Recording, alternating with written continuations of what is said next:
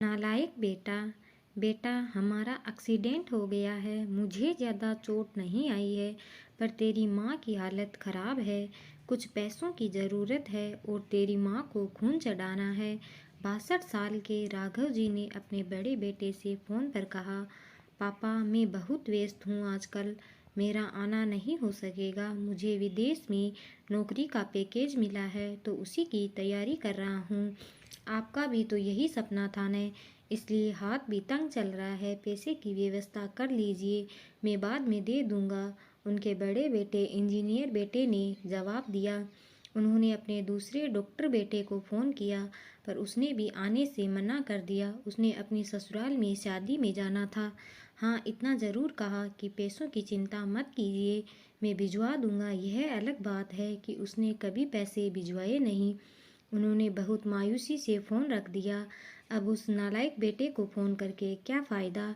जब यह दो लायक बेटे कुछ नहीं कर रहे तो वह नालायक क्या कर लेगा। उन्होंने सोचा और बोझिल कदमों से अस्पताल में पत्नी के पास पहुँचे और ढेर हो गए।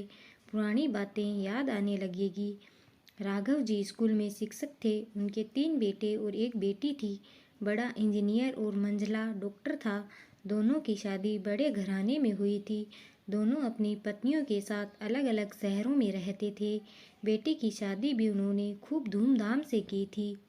सबसे छोटा बेटा पढ़ाई में ध्यान नहीं लगा पाया था। 11वीं के बाद उसने पढ़ाई छोड़ दी और घर में ही रहने लगा। कहता था, मुझे नौकरी नहीं करनी, अपने माता पिता की सेवा करनी है। पर मास्टर साहब उससे बहुत नाराज़ रहते थे। उन्होंने उसका नाम नालायक रख दिया। दोनों बड़े भाई पिता के आज्ञाकारी थे, पर वह गलत बात पर उनसे भी बहस कर बैठता था। इसलिए राघव जी उसे पसंद नहीं करते थे।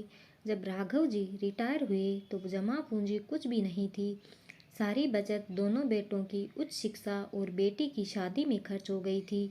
शहर में एक घर, थोड़ी ज़मीन और गांव में थोड़ी ज़मीन थी। घर का खर्च उनके पेंशन से चल रहा था। राघव जी को जब लगा कि उनका छोटा बेटा सुधरने वाला नहीं है तो उन्होंने बंटवारा कर दिया और उसके हिस्से की ज़मीन उसे देकर उसे गांव में ही रहने भेज दिया। हालांकि वह जाना नहीं चाहता था, फिर पिता के जिद के आगे झुक गया और गांव में ही झोंपड़ी बनाकर रहने लगा। राघव जी सबसे अपने दोनों होनहार और लायक बेटों की बड़ाई किया करते थे। उनका सीना गर्व से चौड़ा हो जाता था, पर उस नालायक का नाम भी नहीं लेते थे। 2 दिन पहले दोनों पति पत्नी का एक्सीडेंट हो गया था। वह अपनी पत्नी के साथ सरकारी स्कूल में भर्ती थे। डॉक्टर ने उनकी पत्नी को ऑपरेशन करने को कहा था। पापा पापा सुनकर तंद्रा टूटी तो देखा सामने वही नालायक खड़ा था। उन्होंने गुस्से से मुंह फेर लिया, पर उसने पापा के पैर छुए और रोते हुए बोला, पापा, आपने इस नालायक को क्यों नहीं बताया। पर मैंने भी आप लोगों पर जासूस छोड़ रखे थे। खबर मिलते ही भागा आया हूँ। पापा के विरोध के बावजूद उसने उनको एक बड़े से अस्पताल में भर्ती कराया। माँ का ऑपरेशन कराया, अपना खून दिया, दिन रात उनकी सेवा में लगा रहता। फिर एक दिन वह गायब हो गया। वह उसके बारे में फिर बुरा सोचने लगे थे कि तीसरे दिन वह वापस आ गया। महीने भर में ही माँ एकदम भली चंगी हो गई। वह अस्पताल से छुट्टी लेकर उन लोगों को घर ले आया। राघव जी के पूछने पर बता दिया कि खैराती अस्पताल था, पैसे नहीं लगे, घर में नौकरानी थी ही। वह उन लोगों को छोड़कर वापस गांव चला गया था। धीरे धीरे सब कुछ सामान्य हो गया। एक दिन यूं ही उनके मन में आया कि नालायक की खबर ली जाए। दोनों जब गांव के खेत पर पहुंचे तो झोंपड़ी में ताला देखकर चौंके। उनके खेत में काम कर रहे आदमी से पूछा तो उसने कहा, यह खेत अब मेरे है क्या। पर यह खेत तो उन्होंने बहुत आश्चर्य से हुआ।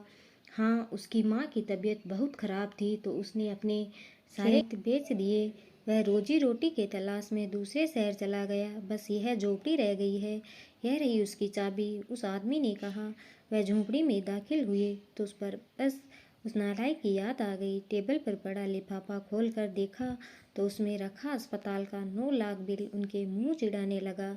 उन्होंने अपनी पत्नी से कहा, जानकी, तुम्हारा बेटा नालायक तो था ही, झूठा भी है। अचानक उनके आंखों से आंसू गिरने लगे और वह जोर से चिल्लाया, तू कहाँ है चला गया नालायक।